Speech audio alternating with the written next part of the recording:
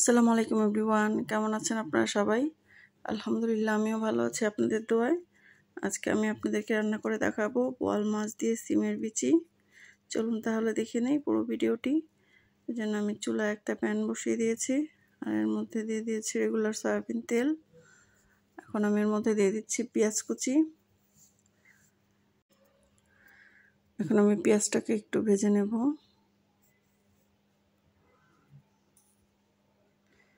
পেঁয়াজটা একটু হালকা ভাজা হয়ে গেলে এর মধ্যে আমি দিয়ে দেব কাঁচামরিচ ফালি। এরপর কাঁচামরিচটাকেও একটু ভেজে নেব। পেঁয়াজ আর কাঁচামরিচটা ভাজা হয়ে গেলে এখন আমি মশলাটাকে কষানোর জন্য দিয়ে দিব সামান্য পরিমাণ পানি।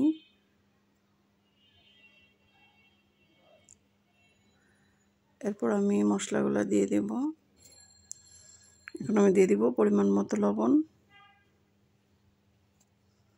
এরপর দিয়ে দিব মরিচের গুঁড়া।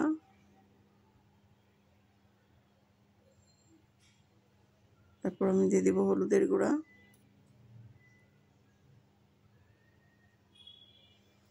এরপর দিয়ে দিব ধনিয়া গুঁড়া। আপনারা চাইলে কিন্তু এখানে একটু জিরা গুঁড়াও দিতে পারেন, কিন্তু আমি যেহেতু একদম নদীর ফ্রেশ মাছ দিয়ে রান্না করব, এজন্য আমি অন্য কোনো মশলা দিইনি, যাতে করে মাছের যে ফ্লেভারটা ওটা যেন ঠিক থাকে। এরপর আমি এখানে ধুয়ে রেখেছিলাম বোয়াল মাছ। এখন আমি ধুয়ে রাখা বোয়াল মাছটা দিয়ে দিব। আপনারা চাইলে যে কোনো মাছ দিয়ে রান্না করতে পারেন। আমি কিন্তু কেটে খুব ভালো করে ধুয়ে রেখেছিলাম, এই জন্য ধোয়াটা দেখায়নি। এখন মাছটাকে কষানোর জন্য একটু পানি দিয়ে দিব।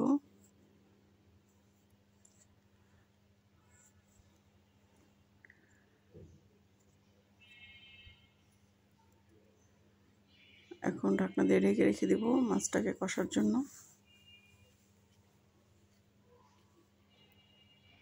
এখন আমার মাছটা কষানো হয়ে গেছে, আমি এখন মাছগুলোকে তুলে নিব।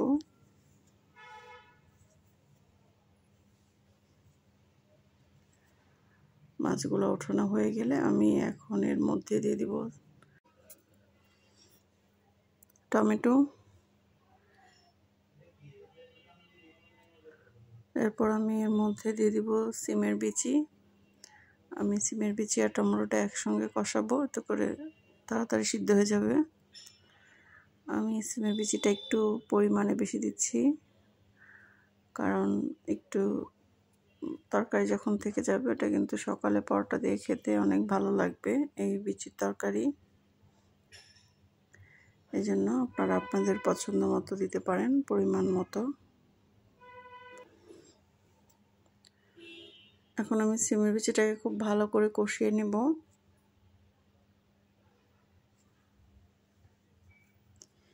এই সিমের বিচি পরিষ্কার করা অনেক কষ্ট। আপনারা চাইলে হালকা একটু সিদ্ধ করেও ছিলে নিতে পারেন। আমি কাঁচা অবস্থায় আধা ঘন্টা ভিজিয়ে রেখেছিলাম, তারপর ছিলে নিয়েছি।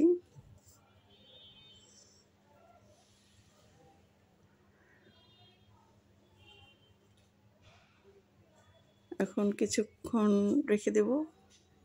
এরপর যখন কষানো হয়ে যাবে, পানিটা যখন একদম শুকিয়ে যাবে বিচি থেকে, তখন আমি ঝোলের জন্য পানি দিয়ে দিব।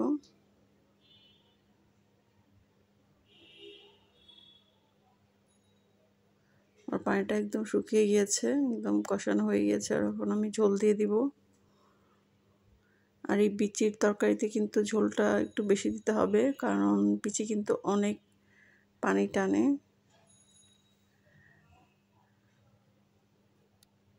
মানে অনেক পানি শোক করে, এই জন্য একটু পরিমাণে পানিটা বেশি দিতে হবে, যাতে করে রান্না হওয়ার পরেও যেন একটু ঝোল ঝোল থাকে।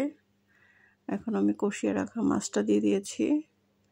এখন আর কিছুক্ষণ রান্না করে নিব, কারণ বিচিটাকে খুব বেশি সিদ্ধ করা যাবে না।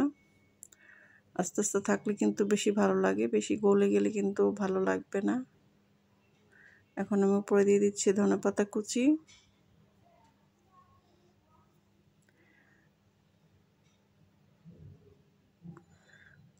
এই বিচি তরকারিটা কিন্তু খেতে ভীষণ মজা হয়েছে। আর আপনাদের কাছে যদি ভিডিওটি ভালো লাগে তাহলে অবশ্যই লাইক কমেন্ট শেয়ার করে দিবেন।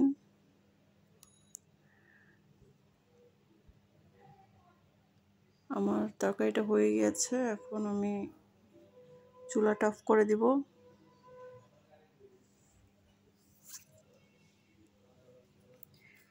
তো সবাই ভালো থাকবেন, অনেক বেশি সুস্থ থাকবেন। আজকে এ পর্যন্তই। আল্লাহ হাফেজ।